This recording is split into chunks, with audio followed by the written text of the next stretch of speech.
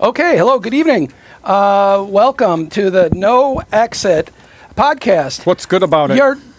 You're not trapped in. I'm not trapped in here with you. You're trapped in here with me.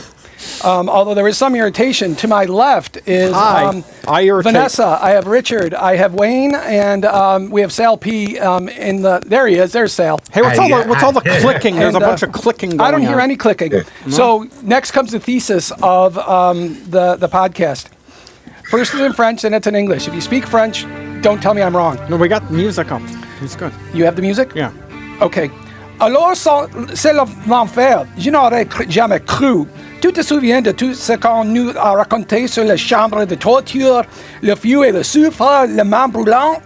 Des histoires de bonnes femmes? Pas besoin de testionner chauves au rouge. L'enfer, c'est les autres. So this is hell. I'd never have believed it. You remember all we were told about the torture chambers, the fire and brimstone, the burning marrow. Old wives' tales. There's no need for red-hot pokers. Hell is other people. And we're here. I'm not stuck in here with you. You're stuck in here with me. Okay, so this evening, since it's probably the last hot day for a while, I hope it's not the last hot day of summer, I was just thinking, what did you want to do this summer that you didn't? Because I hear clicking again. I was saying that there's some community cherries here with grapes, and I love the cherries. I love corn. I love meat. Normally in the summer, I will grill 5 times a week. Steak, tenderloin, dinosaur ribs. Those are the big beef ribs. Long pork pig. ribs, spare ribs, chicken, lamb. Wow. If it's grillable, I'll grill it. And I haven't grilled all summer, which is a bummer. Usually it's a recurring theme about me running out of charcoal and making sure I had enough. But I haven't grilled in literal months.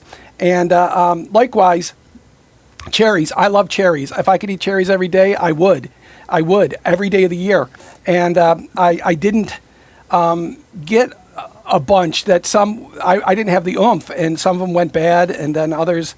But now that's why I was saying I had 4 pounds of cherries earlier. Are you Pac-Man? And the other thing is corn. I love corn. And when corn comes out, that when it comes out, it's undigested and it's really sweet and colorful. It's a delight in the toilet bowl. That corn is something that I love in the summer, especially sweet corn. You know, but the thing is, like cherries are like corn. The longer it sits, the less sweet it is. So that's why corn that is waiting too long is kind of doughy. Whereas cherries are just less sweet. They still taste like cherries, but they don't have the sweetness. But these are things I've missed. And so, is there anything that you planned on doing this summer, Richard, that you missed? No. Nothing. You got everything done. Wait a minute. You said planning, and now you're going to past tense. No, anything you plan to do that you didn't get to this summer. Well, that's on a daily basis. I have a to-do list I lay out for myself every day, and then I try to get everything on it, but I don't always succeed. Well, is it like any big jobs, or is it all just like trivial things like change the garbage bag and wash your hands and stuff like that? Okay, that's trivial. Now, what's big? Well, something that takes multiple steps or might take multiple days to complete, or is monumental to you or personal to you. I'm glad you defined that, because there's a joke. I make all the big decisions in the house, and my wife makes all the small decisions. Well, what does she make? She decides if we're going to move, do we get a mortgage, et cetera, et cetera. And they go, wow, that's the small things? What do you decide? I decide if we should intervene in other foreign wars and, stuff like that. Lowest president. I aspirated my coffee. I think that's the most attractive thing I can do is cough on the air. So, Wayne, anything that you plan to do this summer that you didn't get to so far? One of the things I was planning on doing was going to all the county fairs throughout the Western New York. I've been to the Erie County Fair and the Niagara County Fair, but some of the others I either missed or, just don't have time for. I used to go to the Erie County Fair every year. I loved it. Didn't go last year because it'll be a year ago tomorrow that our first dog died. He was my buddy. Mickey was my buddy. We had him for 12 years, and he seized and died. And So I didn't go to the fair last year, and then this year wasn't even brought up. And my last chance is tomorrow. But I bet It's $22 just to get in now. it's only money. I don't want to die with any money. Was it worth it? It depends on what you consider worth it. I wanted to try the fair beer and the fair cider. The award winners. I wanted to go too this year, but I didn't. Well, I don't. The only band I ever saw that at a county fair or the equivalent, like Frontier Days in Laramie, was 15 years ago. Motley Crue, and they put on a hell of a show. I saw Blue Oyster Cult right before I left for Hawaii at the fair. That was good. They had the bass player from Utopia, Kasem Sultan, in the lineup. Never heard of either one of those. Never heard of Utopia. Never heard of that guy. Todd Rundgren's Utopia? Yeah, I've only heard of Todd Rundgren. Hello, it's me. This band, Utopia. They had that hit "Set Me Free" in 1979. Did they perform "Don't Fear the Reaper"? Yes, of course they did. That's their biggest hit. Do you know about the demo for that song? No. A&R person came to see them play. They weren't with any label. And then the scouts for the record labels are called A&R people. Mm-hmm. Scout goes, very good. Send me a demo tomorrow. And so now they didn't have any. Like, do you have a demo? Yeah. Send it to me tomorrow. Wow, we got to do it overnight. You know what I mean? Because they didn't have one. So what they did is they took their little cassette player. They all sat around a table, and they played their instruments. And the drummer, he just tapped on a cardboard box. All right, sent that to the A&R person. They signed him, and they liked the demo. Mm-hmm. Okay, so what happens then is they saved it. Then when the label said, okay, now come on in and make a real album with our engineers, which they did. Well, to this day, there are people, and I'm one of them, who thinks the demo is better than the studio version. For which song? And it was just for Don't Fear the Reaper. That would be from their 6th album. They were on Columbia Records for 5 albums before that. That's from Agents of Fortune from 1976. Their first album would be probably from 1971, Tyranny and Mutation. Then you had Mirrors. That was the one right before. And then you had, what the heck's the other one? Secret Treaties. But like... That would be probably the 6th album was Don't Fear the Reapers. So that wouldn't have, maybe another song from earlier, but. 40 years ago, Weird Al Yankovic started on Dr. Demento's show, but his drummer, Jim Bermuda Schwartz, he gave him that name, Bermuda Schwartz. He was the drummer, but he didn't have a drum kit. So he took a bucket, like those 5-gallon buckets like you get for cement, or you can get like at Lowe's or the Depot. He turns that over, or like Stomp does it, and he used that as the drum. Mm-hmm. And so that was where his first percussion instrument. And that's true on one of the Beatles songs too. Ringo played his drum case. Oh, well. You know the one? I don't know which one that is, because when I think of Ersatz Instruments, I think of Paul playing kazoo on Year 16. Oh, yeah. Yeah, and the Kazoo Country Store is in Eden, That's where they still use the century and a quarter old machines to make the kazoos. Well, actually, they're more like machines. They're like a mechanical brake, a brake that bends metal. They're not like automated or electric. The electric. It's electric. Oodie doody doo doo doo. So anything. Can you say it without verbal diarrhea? Vanessa, anything you wanted to do this summer that you didn't get to? I think I sort of might have wanted to go to the fair, but I don't know if I'm into that anymore because it's like, especially now, full of white trash and Trumpers and stuff. And having lived in Hawaii for so long, I find I'm not as interested in that stuff here anymore. They had a carnival when I moved to Hawaii for 50th anniversary of statehood, but there was a big push. It was very down in the news, and so it ran shorter than it was supposed to, and I didn't go to it. It was a bummer. Well, they used to have a carnival in Hilo every year. It was sort of like a pseudo fair. It was small, but when COVID hit, they got rid of it. But I used to go to that. Well, the largest Erie County Fair is the largest county fair east of the Rockies. And what's odd is Syracuse is considered the biggest fair in New York State. But it isn't. It isn't by size. So it must have been political.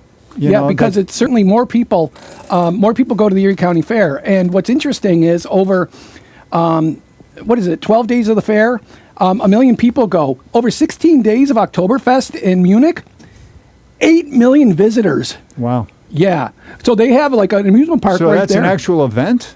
Yeah, and it's not like a holiday, it's an event. No, it's 16 days long, yeah, and on the first day like you go what city do you go to? Munich. Oh. Yeah, and the mayor of Munich is the one who taps the first keg, and he taps it in, and he says, "Ist Obst," meaning it's tapped, and that opens it up at noon on the first day. But there are like 16 tents, and you can get a reservation for the morning or the afternoon or the evening. You're not there for 12 hours. Mm-hmm. But that some are sponsored, like Lowenbrau, St. Pauli Girl, Weinstephaner. They sponsor it. They have a wine tent now, but there's a term Bierleichen, which means beer corpses, because the beer is higher in alcohol and it's higher in sugar, so it really gets you. And the next day, people are laying around all over. They call them the beer corpses because they look like they're dead because they don't know it. And there's something you do at Oktoberfest when you. If you get on they have these long picnic-like tables, and if you stand on 1 foot on the bench and one on the table, means you're going to chug your beer. So it's a liter. They call it a mass. It's a uno litro, and you have to chug it all down. If you do, you get 10,000 people cheering you. If you fail, you get 10,000 people in unison booing you. And it's really, really heartbreaking. You can watch it on YouTube, the pluses and the minuses. And also the Swiss refer to as Einamas. So if you say Einamas, they know you're from the South. But 90% of the people that go to Oktoberfest are Bavarian. That's the state they're in, Bavaria. So they're all locals. Do they fill the donuts with Bavarian cream? No, they don't eat donuts. Then why do they have Bavarian cream donuts? Where'd those come from? The same place Chinese food in America did, not from China. What about pizza? But no, you get a half a roast chicken in your beer, so you can eat there because you want to have something in your belly because that's a lot of beer. I mean, that's the reason why European beers, glass bottles, are 11.2 ounces because 3 of them make a liter, whereas American and Canadian beers are 11.5 or 12 ounces in the bottles, so they would overflow a 1 liter Mass Krug. Interesting. Mm-hmm. Oh, I like the empty room here next to me. Wrong way. It's been refilled. Error. So let's see. What else do we have? Do you have anything you wanted to say, Wayne? Not at the moment. I'll think of something. If you don't come up with something in the next 10 seconds, you lose your spot. Oh, well, I guess I lost my spot then, didn't I? I wanted to go to with some of my Christian brothers to the Thousand Islands for fishing and hanging out together and stuff. They went the previous year too, but this year I couldn't go because of school. So I'm hoping to go next year. Do you catch to eat or catch and release? Last time I fished, I caught and ate when I was about 12. Oh.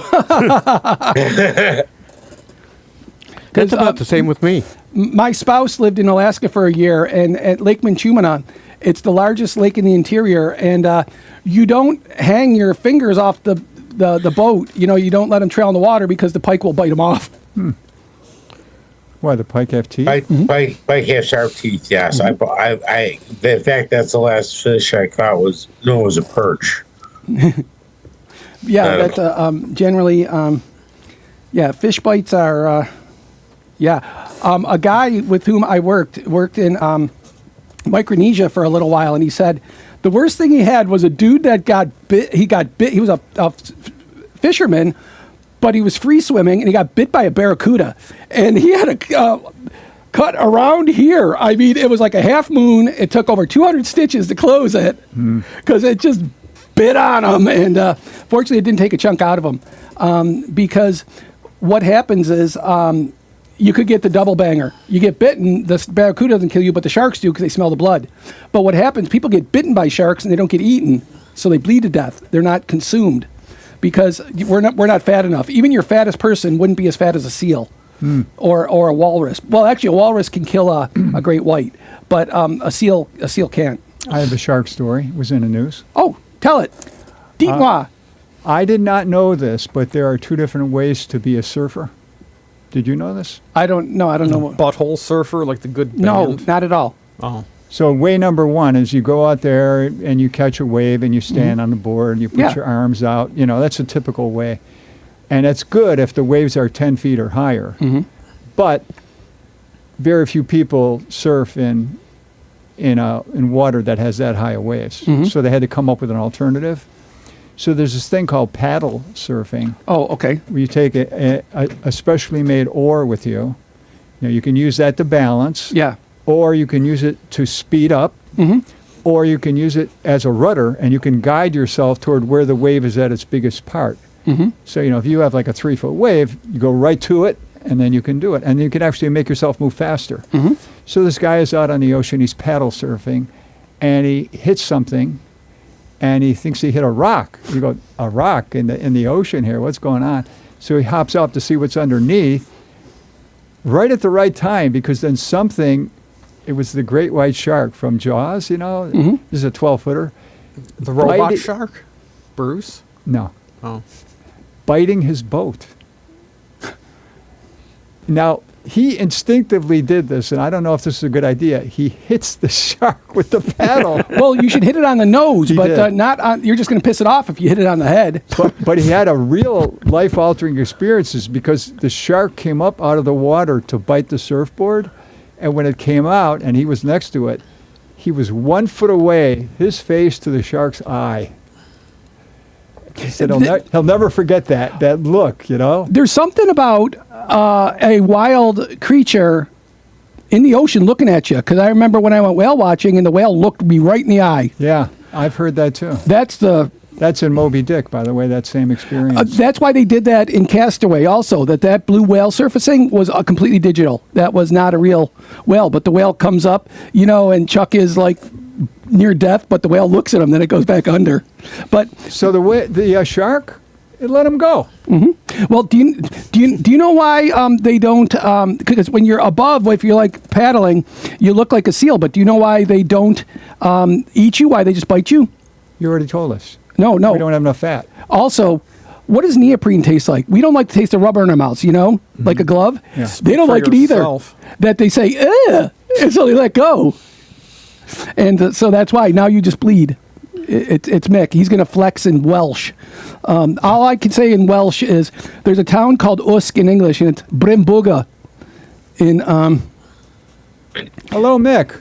Well, also they have that line along the sides of them, besides the nose. But you bop them in the nose, it's worse that you know how bad it gets if you get hit in your own nose. Well, the shark is multiply that. But sharks fear the orca, because orcas will eat the shark liver like pate and leave the rest just they don't have their sushi. Yo, liver. Avocado roll? No. That's sushi. That's good. Well, not actually sushi because it doesn't have fish in it. Avocado roll. I mean, that's fishless sushi. Yeah, like California roll. That's why it's California roll. No, California roll has tuna in it, doesn't it? I don't know. I don't eat sushi. Why not? Why? I'm not a fish person. You can always get fish from a steakhouse, but never get steak at a fish place. I didn't make that up. That's a truism. Red Lobster. Yeah, aim low. Very low. Everybody restaurant called Red Oyster out past I don't even know there. I think it might have been past Arcade. Yeah. And just because you said Red Lobster, there's no more Red Lobsters in our area. They all closed. They all went out of business because they're horrible. No, they didn't go out of business because they were horrible. That's. I wish that was the reason, because it's the right reason. No, do you know why they went out of business? Financial. The bottomless shrimp. They did that, and it was unsustainable. That was a promotion that promoted into submission. All you can eat sea maggots. How do you eat anything? Because you insult everything that people eat. I mean, what do you eat? Do you just eat like grasshoppers and sushi? Yeah, well, that was the line from Rising Sun with Harvey Keitel and Wesley Snipes from about 1993. I eat all the pork products. Wesley Snipes says, "You want some sushi?" And Harvey Keitel says, "If I want that much mercury, I'll eat a thermometer." Freddie Mercury? Freddie Mercury's thermometer. No. It's hot. Yeah, I got a job for you. Yeah. Take some elemental mercury, and then we'll go to your funeral. No, you got to cremate me and spread my ashes on Waikiki. If you have enough mercury in you, you won't burn. Oh. The whole thing about cremation is, if you have a pacemaker, you also have to. They have to take it out before you get cremated because it'll blow up in the in the crematory. That's fun. Well, today I saw a story online that some researchers in China created. What did they call it? Meteoric diamonds, which has a different structure, and they're like 60% harder. And that's like the beginning of Star Trek materials, like duranium and tritanium and all this stuff that it's close but not the same. Because like we'll never find dilithium. The whole thesis of dilithium is it's something that can hold antimatter without being destroyed. Because if you had an antimatter electron and an electron, and they would go and blow up. But I don't know if it has the same force as fusion. I don't know how that... In the Manhattan Project, they had to refine uranium, which they succeeded in doing. But the next problem was, what are we going to put it in to transport it to the place where we're working on the bomb? And do you know what the solution was? Probably funerary urns because they're lead. No, everything they tried didn't work, or it interacted with it. So they asked the chemists, can you come up with something? They came up with a type of plastic. All right? So it was a blessing and a curse because other people picked up on that formula. And now that is the plastic that's in all of our bodies. From what? From drinking out of plastic bottles and eating stuff out of plastic bags? Little molecules of it go into your body, and everybody now has the size of a credit card amount of plastic floating around your blood. Speaking of volumes of stuff you have, I'll tell you, if you wanna kill yourself, this is the most painful way you can do it because you'll live through it. You won't die quickly. Is drink some hydrofluoric acid. It'll burn you like going through, and it'll decalcify your bones, and that is the most painful thing. If you ever known people who had osteosarcomata or they had bony mets from their cancer, that hurts like a bitch. They were the ones for whom that Sackler, Purdue Pharma made the heavy opiates for bony mets, and decalcifying with from hydrofluoric acid is the most horrible way you can die. Like if you get immolated in a fire, once you burn off your skin, you don't feel anything anymore. Oh, and that reminds me of, do you know why St. Lawrence is the patron saint of grill chefs and comedians? Did they burn him? Well, he was on the griddle, and he was supposed to have said, turn me over for I am done on this side. That's delightful. And so, yeah, but he was probably dead by that time. By the time you get cooked, you're dead. That was reminded to me because it was an episode of High Potential that I watched today. But people not from the north, you could tell if you're not from Buffalo, Detroit, Duluth, Minnesota, Minot, North Dakota, you wouldn't get it if I said we had a light winter, we only got 3 foot of snow. And, we say, oh, aha, I get that. If you're from South Carolina or you're from Louisiana, it doesn't mean anything, All humor is local. And people getting drilled by the cold weather. Because I know a guy who was, when he was in the Marine Corps, he was stationed in Alaska. And he said, you don't just have to survive. You have to do your job, and do your regular job at 40 below. It sucks bad enough just trying to live and then doing work, because anybody who loves the winter doesn't work in it. That's what I've said. Like the worst is utilities, and the worst of the worst is water guys that are doing the water utility guys, because they're getting sprayed by the cold water, and I stand up for the garbage men, because if it's 20 below or if it's 100 above, they're doing the work. And I'm glad they started giving them assistive equipment for dumping the garbage cans into the garbage trucks, because they were getting a lot of rotator cuff injuries, and actually saved the company money to provide that to them, and it makes their life easier. Well, yeah, that's something my girlfriend calls trashy. What's the song? Come on, Vanessa, you're supposed to know Trashy, what era? What are you talking about? Something my girlfriend calls trashy. That's a line from a song. Garbage Dump by Charles Manson? No. Okay. No, that was from Breakfast at Tiffany's. Oh, I don't. Yeah. Oh, I wouldn't know that song though. I wouldn't know the lyrics. I know the song. It's but 30 years know the ago, lyrics. so it's right up your alley. My back alley, like Dino and Rocco. Who'd have?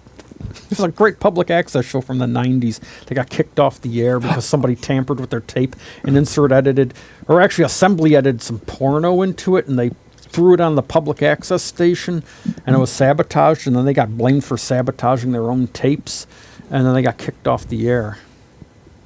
There's a big controversy. I have a bunch of the stuff off the air on VHS tapes when it was a story. Yeah, Brian's right. Linemen also, that sucks. Being up on a power line, the highest voltage is the highest on the poles. I don't know if you knew that. The lowest voltage is lower, and so the lowest is telephone, and next is cable, and then you get into power transmission. Ooh, like the good Glenn Campbell song, the Wichita Lineman. Yeah, but that would suck, being in Kansas in the middle of winter. Because we got to put back on with the boots back out in the snow to the only all-night grocery. Then what to my wondering eyes should appear in the lines, that guy I've been chasing all year. Isn't that song about eavesdropping on people's conversations, Wichita Lineman? I honestly don't know. I haven't listened to it. I thought it was like a sort of like a romantic song. He's like singing to his girlfriend that he's like working on the lines. He's the worker. Yeah. He's the lineman for the county. Oh, that's right. That's the first line. Right. I am the lineman for the county. So he calls her while he's on the pole? Yeah, because the Wichita lineman is still on the line, and they have that like. They have they got like a Morse phone code with a type dial. sound. Yeah, that's the old that's the New York telephone thing. That usually they were orange. Do you know why? So you could find it. If you drop it. So deer can't see it. No. It's like the camo, the orange and gray. It's because the deers don't see orange. But no, the humans do. reason why they're that orange is because it doesn't occur anywhere in nature. I thought it was because it was Ted Nugent's favorite color. And here we are again, like slamming into a brick wall, and can't say Trump anything wall? to that. No, his wall is steel. For the little bit that they made of it, all 20 foot of it or whatever. That's why, like the black box in an airplane is actually fluorescent orange, so it can be found. And they have a transponder in them when they go underwater, but I think they'll survive to 18,000 feet. If it's deeper, then they'll get crushed. That was like the Air France plane that went down in the middle of the Atlantic, the South Atlantic. They couldn't find that for the longest time, but there's two of them. There's the voice recorder and there's the data recorder. Telemetry, as it were. That's what Voyager 2 is still sending back, is telemetry. Doesn't Voyager 2 gain sentience in the first Star Trek movie? No, that was Voyager 7. Oh, okay. That Close movie was enough. shit. That movie was crap. That movie was garbage. That movie Sal was- Monaco would disagree with you. Is that the one they call Vija? Yeah, Voyager. Yeah, Voyager. Yeah, because that was the same thing they did in Planet of the Apes. Kali Ma, caution live animals. That was that going to their god, and it's the dirt has obscured it. It says Kali Ma, but when you knock all the dirt off, it says caution live animals, meaning they came from the monkeys that humans brought. Ma, like the No, not Hindu from deity? India. No, that's Kali. Kali, the biggest mass murderer serial killer in history, was a guy who was a devotee of Kali, who's bloodthirsty, and he ritually strangled over 850 people. I think it was 853, but that's like yuck. Mr. Yuck is mean. Mr. Yuck, I think, started in 1964 from the University of Pittsburgh because the Skull and Crossbones actually drew kids in. Mm-hmm. So they wanted something that was like the color of like baby shit and to be like, you don't want a part of it. Mr. Yuck is mean. Mr. Yuck is green. Mr. Yuck, Mr. Yuck, Mr. Yuck. And over that. Yeah. So, but that's, I mean, anything can be a poison. Oxygen can poison you. Water can poison you. It's easy. It's easy to poison yourself with water because it's called water intoxication. You become hyponatremic, and because it's dilutional. If you have if you have your coffee and you put a lot of water in it, you thin it out. And it becomes. And if you put 3 gallons your coffee into 3 gallons of water, you're barely going to taste it. Well, if you do that in your body, your sodium goes artificially down because it's being diluted out. And when you get down, your normal is between 135 and 145. And when you get down to like 90, you seize and you die because you can't stop that seizing. Benzos don't stop it. Normally seizures, because they're electrical storm, that the benzos will stop it. But because this is biochemical, you're done. It's horrible to seize to death. You know a lot about the different methods of dying. Dude, it's what my stock and trade. Mm-hmm. It's entertaining. But the sure way to do it is lay down on the railroad tracks. Ooh. Because they can't. Where do the trains run? Literally everywhere. Does it matter how fast they're going? Do you want them at a certain speed for it to be effective, or no? Because matter because of the weight. It weighs about 1,200,000 pounds, so it doesn't matter how fast or slow it's going. You're crushed. That was in Highlander 2, which was a crap movie, and they re-edited it. One of the guys is at the very beginning. If you in the Highlander ethos, you have to lose your head to be killed. Well, the one guy gets thrown on a railroad track and a slow-moving trolley car just cuts his head off. Well, it works. It works. And too much of anything is not good. That's true. But are you sure there's something that applies to everything? But, if it's you want to drink yourself to death or eat steak till you're dead or give me a head till I'm dead, anything.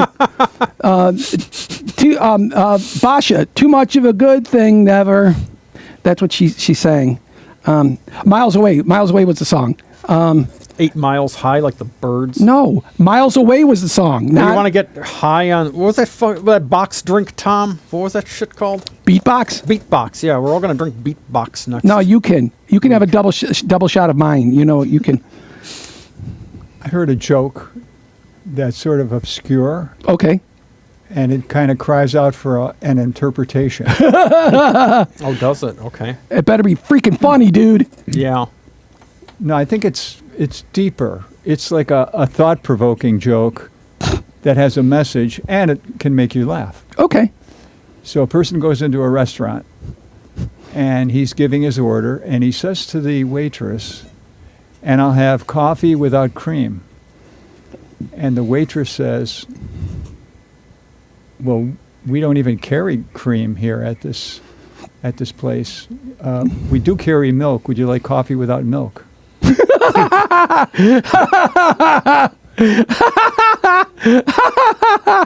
So you got that, but what's the moral of the joke? That's taking a square peg and rounding off the corners and making it fit the round hole. Interesting interpretation. I thought it was about every little community, in this case a restaurant, they have their own system of categories. Mm-hmm. And if you talk to them outside the category, they get confused. Right. What do you think of that, Vanessa? What, so you're talking about, well, that don't apply to Jack in the Box because you can get egg rolls and tacos at the same place.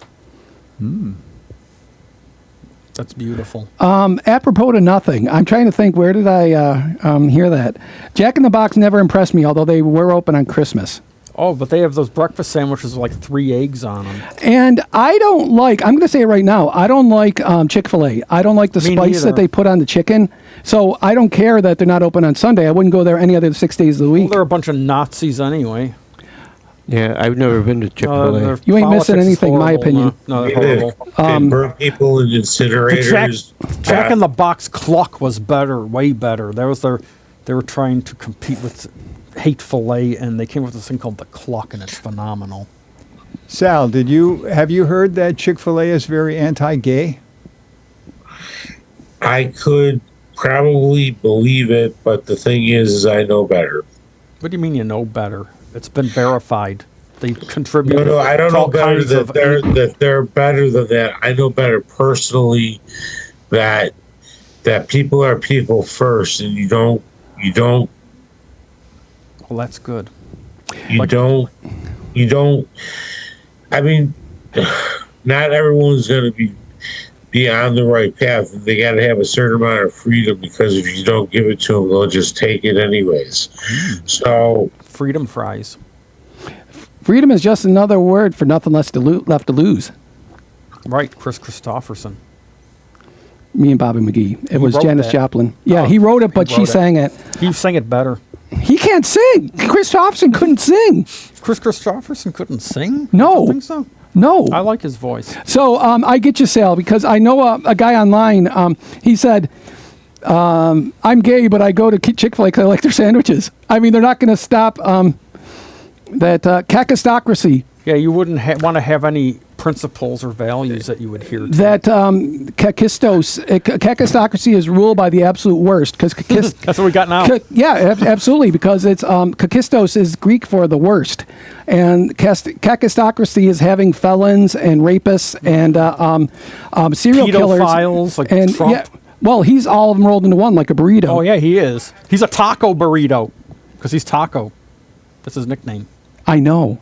But Trump he's like always a burrito. chickens out. Yeah, but you were saying he's like a burrito, so that makes sense. He's a hate burrito. Well, it's because the burrito is nature's perfect food because it has all food groups in it and it's in an edible packaging. I didn't make that up. It was on a show in the 90s. Oh, burritos are delightful, but Trump isn't.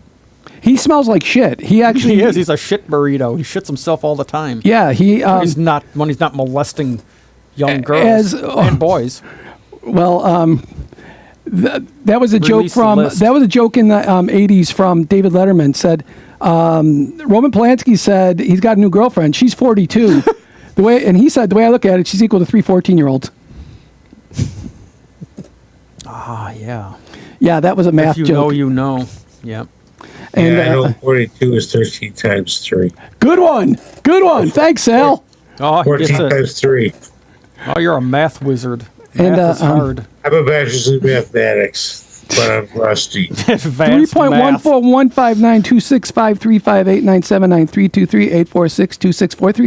3.1415926535897932238462643383279502888. Nice. Is that your That's credit not card really number? memorized. No, that's No, that's pi to 35 That's places. your credit card number. No, it isn't. Now everybody's going to know it, and they're going to be able to. 3.141592655. That's as far as I go. That's all you need, you know. The I only mean, number you need is 69. How about 68 and I'll owe you one? They needed pi out to a great number of digits when they went to the moon. They needed to be able to accurately make calculations so they could arrive where they needed You mean to when they be. pretended to go to the moon with that teleplay with all the cheap special effects that people were led to believe was true? Are you seriously? Are you just trying to make a joke? Because that, you know what that makes you sound like? Somewhere between a crank and a fool. That do you really think 400,000 people could keep a secret for 30 years? Sure. I Disinformation don't is think a so. strong thing. We went to the moon Then why don't we ever go back?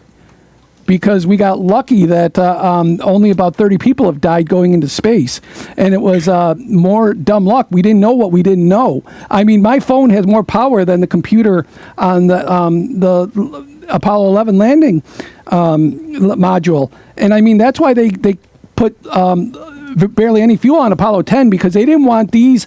Because it takes a certain kind of guy to be an astronaut. They didn't want these guys to land on the moon and be the first ones because they made it. If they landed, they weren't coming off. They weren't taking off again. That was who was on there? Was it John Young? Was one of them? John Young was my astronaut hero because that guy did everything. This week I learned in the field of mathematics, I learned about the Fibonacci sequence. Oh, nice. Bonaccio. He was the son of Bonaccio. So the Fibonacci sequence is you start with 1, and then you add that to itself. Well, you start with 0, obviously. Yeah. So 0, then the next number is 1. So 1 plus 0 is 1. 1 plus 1 is 2. 1 plus 2 is 3. 2 plus 1 is 3. 3 plus 2 is 5. See, you 5 keep and 3 is adding 8. the number before it, right? Somebody told me a math problem one time, and I was trying to figure out if the Fibonacci series would fit the problem, but I had to discard it. Basically, what the riddle was you have 10 bags. How many coins do you have to put in each bag so that by any combination of bags you can give it between 1 and 1,000 coins to somebody else? I know the answer. It's 30 shekels for Judas. No. Yeah, that's always the right answer. It's based on binary because computers, the first bag would have 1 coin, the second bag would have 2 coins, the third bag would have 4 coins, the fourth bag would have 8 coins, and so on. Until you got to the 10th bag, and then rather than having 512, which would add up to 1,024, you have 24 less than 512. Wow, this is what you think about. So 488. So the interesting thing about the Fibonacci sequence, yes. Now this is mathematics, yes, right? And a lot of people think mathematics is abstract. It's hard, like the Who album. But then they discovered the Fibonacci sequence, and they went outside and they picked up a daisy. You got the one thing in the middle, and each row of the petals follows the Fibonacci sequence. It's true of some seashells. They have markings on them, and those follow the Fibonacci like the Nautilus sequence. shell. Yeah. And there's all these things in nature that follow the sequence. How'd that happen? Well, therein lies the rub, because I recall in my calculus book that I lost when I lost my stuff in my mother's house. They had a mathematical equation about how blood vessels it was figured out years ago how blood vessels branch off, and it was reproducible. And so why does nature follow science like that? Because I was thinking of Fibonacci, it just graphs as a spiral, but you're seeing it in nature. And remember, how did nature figure out to use the Fibonacci sequence? Well, maybe it either was evolved to be the most victorious one, the most likely to survive, or it was the easiest path. That it was the most natural path because it was efficient. And it's like making gold from lead. They can do that now. Alchemists can do that. Or alchemists couldn't do it, but scientists can do it. But it is so energy and cost prohibitive, you actually lose money on it. Because it's bombarding the lead nuclei to make gold nuclei. But there's a fusion reactor that they said a byproduct is with the reaction that they'll have is 5 tons of gold for every time it's done. So it'll be able to fund itself, selling it on the market. Well, you named things that follow the sequence, but aren't there many more things that don't follow the sequence? Yes. Yeah, but that doesn't disprove it. I mean, that's an argument that people that don't know what they're saying say, yeah, they don't just follow. one possibility, though. It's not the only possibility. So what does it matter that some things follow this when many other things don't? Because it's not random. That's what. How is it not random? Because it's a Fibonacci sequence. That's I mean, a daisy and a Nautilus shell are rather random items. I disagree, because there's billions of one and trillions of the other. There are 2 examples that support your case. You want more than 2? I want Legion. Legions. No, that's just many. Let's see. That's 72, like the demons and the pigs. Oh, I thought you were going to say the virgins and the Muslims. The 72 demons that go into the pigs that jump off the cliff, and then you make Kahlua What are pork. some things in nature that follow the Fibonacci sequence? Okay. Blumpkins. Why are you so gross? Wow. It says there's a lot of them. Let's see. Someone has to do it. The heads of a sunflower. Casa de Blumpkin. So the head of a sunflower, that's number 3. I already mentioned daisies. I like sunflowers. Pine cones, that's number 4. Oh, cool. aloe and agave, the leaves. Yeah, aloe, they say in Hawaii. We mentioned the shells. Starfish. Chocolate starfish? Stop being gross for 1 minute, if you can. Okay, for 1 minute. Coral. The record branches company? of trees. Oh, Which trees though? There's like palm trees. There's pines. There's oak trees like Morris Day. There's maples. Well, it claims that the way, like a tree branch comes out as one, and then it starts branching off, and that's the sequence. although in your liver, the glycogen is 1,4 and 1,6 linkages. They don't follow that because they're broken off like branches of a tree. That's why people that are diabetic, they become hypoglycemic. Your liver will take care of it. But glucagon is what causes that to happen. And so when you administer it exogenously, it makes it happen more quickly. The spots on a butterfly's wing. Which butterfly? Monarch. There's many different butterflies. Galaxies in the universe. The spirals of a hurricane. And that should be enough examples. Those are some good ones. Not for Vanessa, that it's so random and it doesn't exist. And what about ones that aren't? Based on a certain distance layer or something like that, like based on distance from here, from some central point, that it becomes multiples of the Fibonacci series. How do they define that? I don't know. I don't know either. Maybe use a spirograph. That'll do it. If you take a male and a female rabbit and you put them on an island and you come back in 20 years, you can calculate without even stepping foot on the island how many rabbits will be there. I don't know how big the rabbit. Well, let's put it this way: it takes a month from the baby rabbit to the point where they can reproduce. But how many do they have at a time? One. That's why you could figure it out. Yeah, that's what. That's why you could figure it out. What is the animal? I think it's one in Australia that always has 4 babies.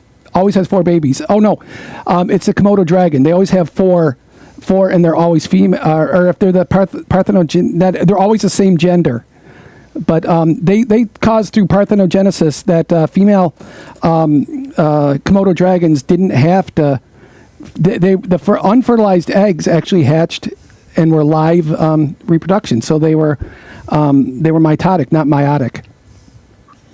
But when you talk science, people actually either know what you're saying or they get lost. Like saying they're crepuscular. They're matutinal and vespertine. What? But if you're a hunter or if you're a conservationist, you know what that means. A hunter like Ted Nugent? Yeah. He knows how to make limb rat stew. It's one of his favorite recipes in the Kill It or Grill It cookbook. Thanks for nothing. Did you ever read it? No, I didn't. You should. That crepusculum comes with it comes from Latin crepusculum, which means twilight. Crepuscular means active at dawn and dusk, and ooh, that's me. That matutinal means in the morning, but vespertine, like vespers in the church. Short sayings that pop up on the street distracting. Who don't like them? You don't? I don't. Okay. Well, no matter where you go, there you are. Yeah. And here. Well, because my belief is more fatal in that wherever you are is where you're supposed to be. And I don't know why we have the fatal for something that kills you, but maybe it's you meeting your fate. So you believe wherever you go is where you're supposed to be? Yeah, wherever you are, the fate, wherever you're at, all your decisions lead you to, that's the right place you're supposed to be. And in whose eyes, though, are you? It should be metaphysically your own. You should realize that people say I'm in the wrong place. Well, actually, you're right where you're supposed to be because we are 10 seconds before, 10 seconds after getting hit by a truck everywhere we go. So you decide where you're supposed to be. And that's what I mean. That's what I believe. It's your fate. You said 10 seconds. What if you're swimming in the ocean for like a couple minutes? There's no trucks there. Okay, that's about the dumbest thing you've said this show. That makes sense. I mean, you said you're 10 seconds away from getting hit by a truck wherever you are. But if you're a place where there's no trucks for a amount of time that's longer than 10 seconds. There's no need to get discordant on it because he's talking about the fact that that every decision we make leads to repercussions down the line. A minor change in anything can drastically change the future for everybody. And people that think, there's two groups of people that think concretely. Teenagers and schizophrenics. So where do you bear? Which one of those roads?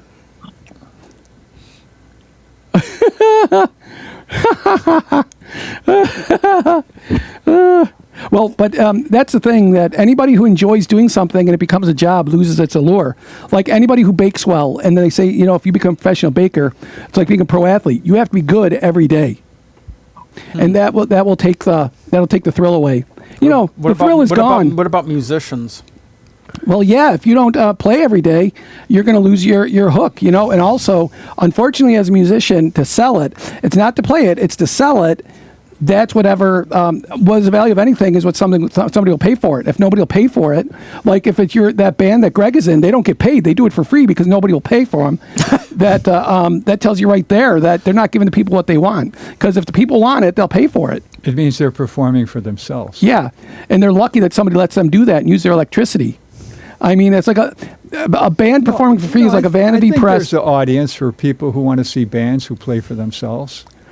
Might be small, but there is. Did you ever hear a band named Can? Ooh, Can. Oh, Can. Oh, yes. That's an example of a band. They just play for themselves, but they develop a following anyway. They're a very influential krautrock band, incredibly influential. Is that CAN or CAN? Yes. No, just CAN. I've never heard of them. And a lot of people can't stand Oh, I love Can. My scumbag brother-in-law stole my Can records. Go ahead.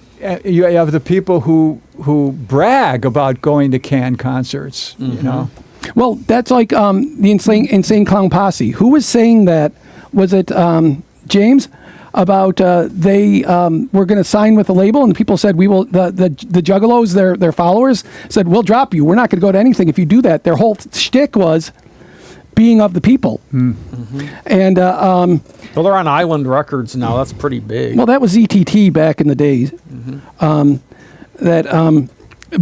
that's, and if you are playing for yourself and you can't sell it, whose fault is that? That's what I'm saying. I'm not saying that people won't.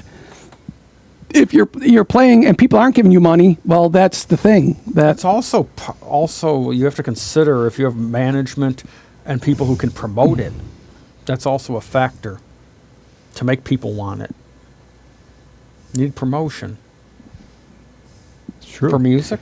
Well, it depends on how much you want to be seen. Promotion is a type of advertising. Yeah, and I mean, it's the most that most bands get is their name on a bill for once, that they're showing at Joe's Smokehouse or the Living Room or whatever place your place is called. That's because they're lazy. That's a different question. They don't want to promote themselves. It was like Scooter Braun. The amount of people he discovered. He's the manager that sold his company that had Taylor Swift's masters for her first 6 albums. Yeah, she's got. And then she now. Yeah. Stop taking my story. Stop interrupting me. That Scooter Braun actually gave it, and she said she was never offered to buy him back. But then her mother negotiated getting him back, and that was the thing. Because you should have known that Scooter Braun is kind of a shitty person. Yeah. And he's 11 years younger than me, but he's still a very shitty person. But he discovered... And what's his relationship to Taylor Swift? He was her manager. Oh, was? Okay. Yeah, he got out of the whole management biz in 24, but he discovered Justin Bieber. Yeah, I mean, the amount of hits he's had, because most people that A&R gets are duds. They don't go anywhere. Because I never understood that. Why are 2 albums from 1981... One is still, neither one has any hits that have gone on, or they haven't made any other albums, but one costs $12 and the other one's in the remainder bin for $2, when they each have a hit song on them. Do you know about the song, I'm Turning Japanese? The Vapors. Oh, yeah. I know. Massive hit. You know the song? Yeah. Oh, I really think so. it's a great song, yeah. Came out in the 80s, top of the charts, top of MTV. The band was going for stardom. And then... something happened. Oh, there was a musician strike in England. All right. And the record company said to the band, hey, we're not going to go against our own people. We're going to honor the strike. so you guys can't tour. So they said, come back when the strike is over. So for an entire year, the band did not tour. In England? And yeah. They could have toured other places, though, right? And I don't know. And then what happens I thought they were from California.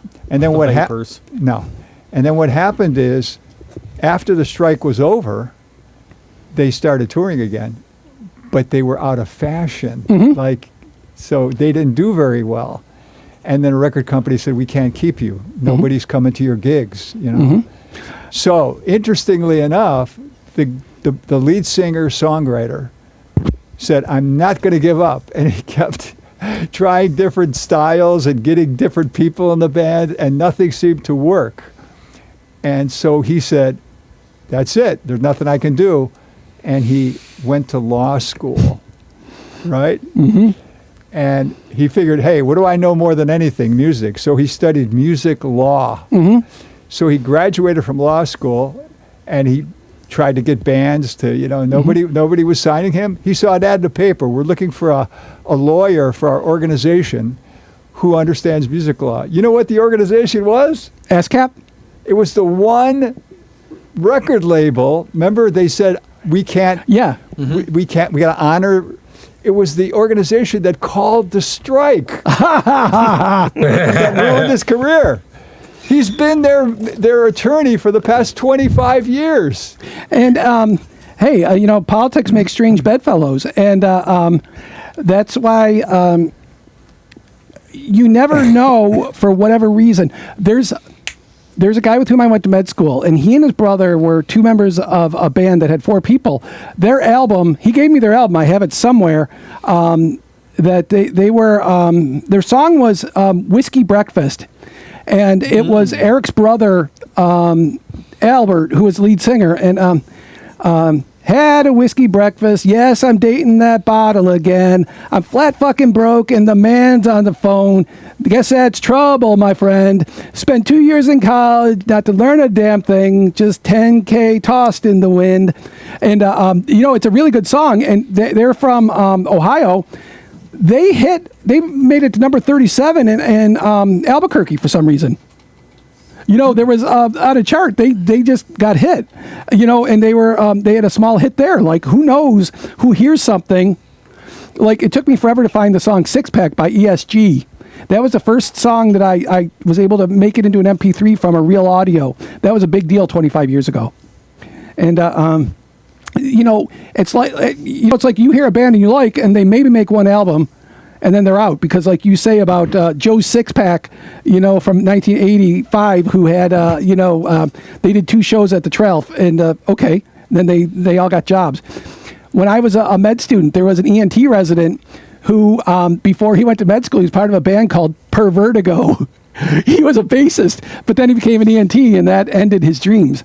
Also, that's why you look at The Offspring, because Dexter Holland, whose given name is Brian, he got his PhD in 2015 in molecular biology, and he's the lead singer of The Offspring. And the first drummer for The Offspring was this dude who he left The Offspring to become a doctor. And there's a coda to his story. He's an OBGYN. He was in a malpractice case that he was being sued. The one expert has an MI on the stand and goes into cardiac arrest, and he jumps over the table and saves the guy. And so they had to call a mistrial in his malpractice suit, but he saved the dude. And he was the former drummer for the Offspring. So that's a great story. Yeah, because the percentage of people that survive with BLS only is, they say 14%, and I think that's a generous estimate. BLS is just CPR. That's not having any paramedic or doctor stuff, because also in less than 2% of cardiac arrest, there'll be a rupture of the heart. It just blows out, and you won't know that doing external compressions, and you can't repair that. You're by the time you can get that fixed, it's too late, to crack it and find it and close it.